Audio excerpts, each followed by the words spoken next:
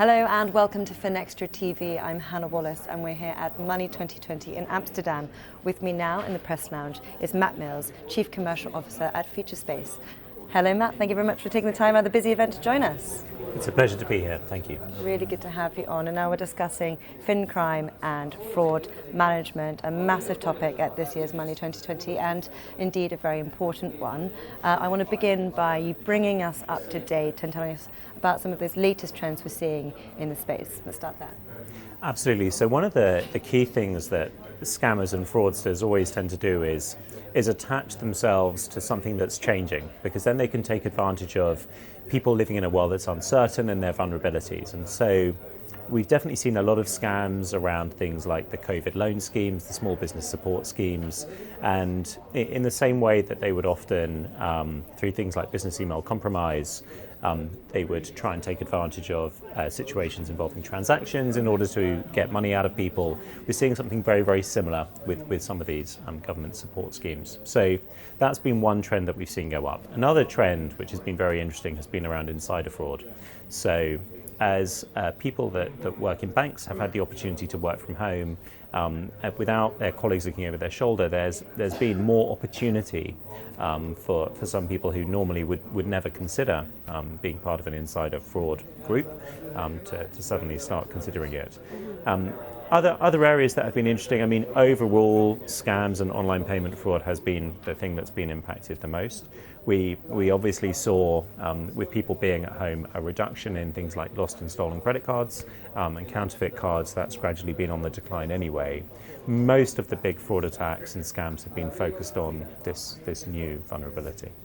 The other area that's been quite interesting has been things like credit master attacks.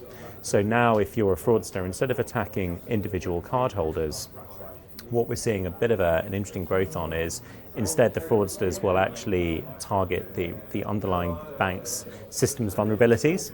So rather than trying to go after a specific card, they will go after a bunch of cards, so sequential card numbers, and try and attack that underlying bank processing system. And so we've luckily been able to stop a couple of those attacks for our customers and save them an awful lot of money.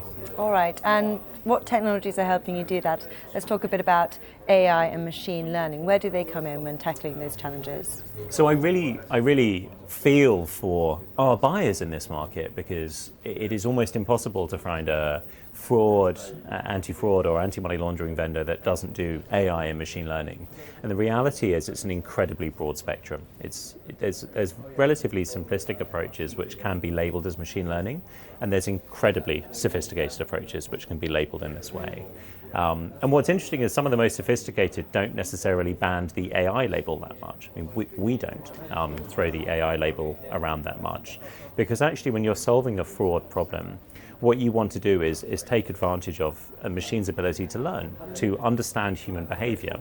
And so I guess the big innovations and the things that we've been working a lot on are around understanding individual behavior. Now, what we don't mean here is clicks and buttons on pages. What we're talking about is understanding the nature of the transactions and the entities involved in the transactions to start to infer behavioral characteristics.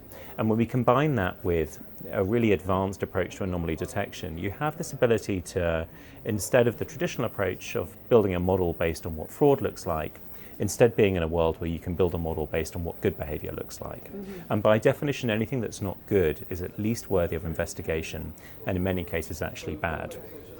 So the interesting thing about this approach is it doesn't just allow you to, one, stop new types of fraud automatically, but also, two, it allows you to adapt very, very quickly. So our customers that had the system live during the first COVID lockdown periods, they didn't need to do any retuning, they didn't need to go in and manually change any weights. The system just adapted and learned as the nature of consumer spending behavior adapted. But the other benefit of this is because you've got that adaptation, the false positives reduce as well. So whilst not that many people have been a true victim of fraud, many people have been a victim of bad fraud controls.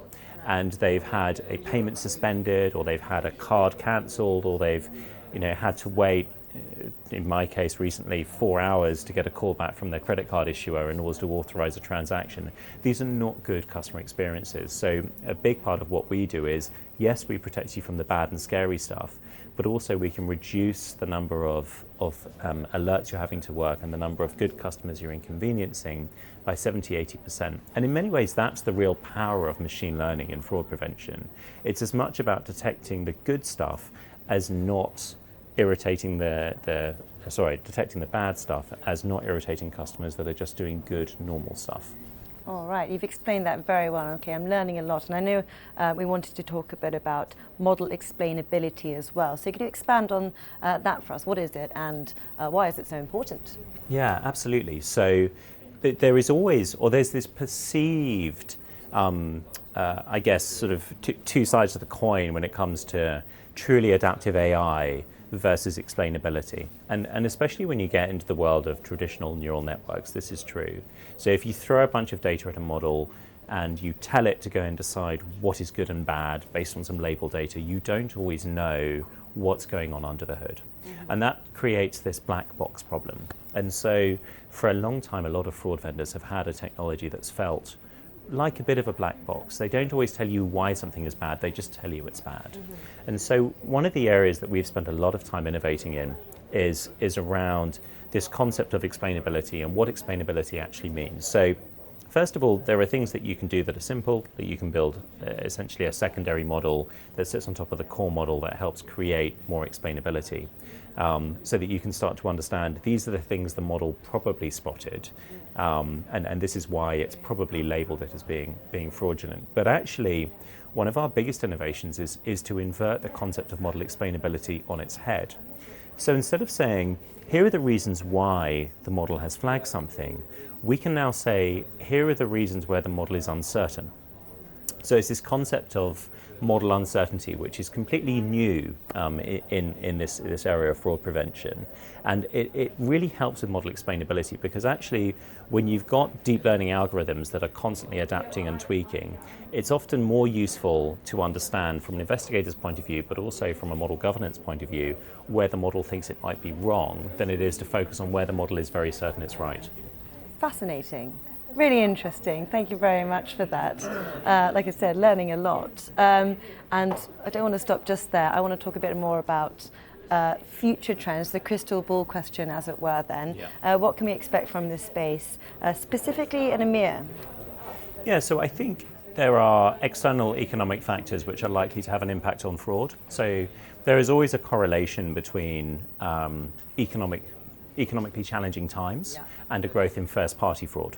So you've got a combination of rates moving up, you've got cost of living challenges, and you've got, for many people, sadly, very tough economic times ahead. Mm-hmm. And what you tend to find in that situation is people that would never normally cross a fraudulent line suddenly going, well, do you know what, I'm going to take advantage of these systems. Mm-hmm. So I think where we're going to see that the biggest shift is going to be first-party fraud. And what I mean by first-party is I might go and spend some money on my card, or I might transfer money out of my account, but then I will tell my bank it wasn't me. I will go back and say, actually, I didn't do this thing. And it creates a very challenging situation for the bank, because the bank doesn't want to tell the person that they're not being truthful. Obviously, that breaks the trust with the individual. But also, it can be quite difficult to spot, because there is, at the end of the day, that the consumer is genuinely doing that thing. So it's an area we work a lot with our customers, and it's an area where I see it becoming a big problem. The other area that's going to continue to grow is scams. Yep. There's been lots of conversations at the moment around what's going to happen regarding reimbursement. You know, is reimbursement in scams going to become increasingly standardized, almost a requirement? A lot of banks obviously do full reimbursement in the case of scams. And I think where that ends up is consumers starting to care less. That's the scary thing, because in the same way with credit cards, I use my credit card with any old merchant. I don't care, because I know if there's a fraud, I get the money back. There's no liability issue.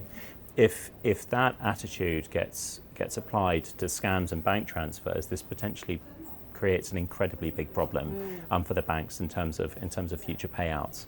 So for me, those are the two areas where, particularly in EMEA, we're going to see a growth of the fraud and risk problem. All right, so watch this space, it's safe to say. A lot of change to come as well. Matt, you've done a really good job at explaining those concepts as well for us, and thank you so much for sharing your insights. I'll let you get back to the event, and I can feel the press lounge already getting a bit busier as well, but thank you very much. Thank you so much. Thank you.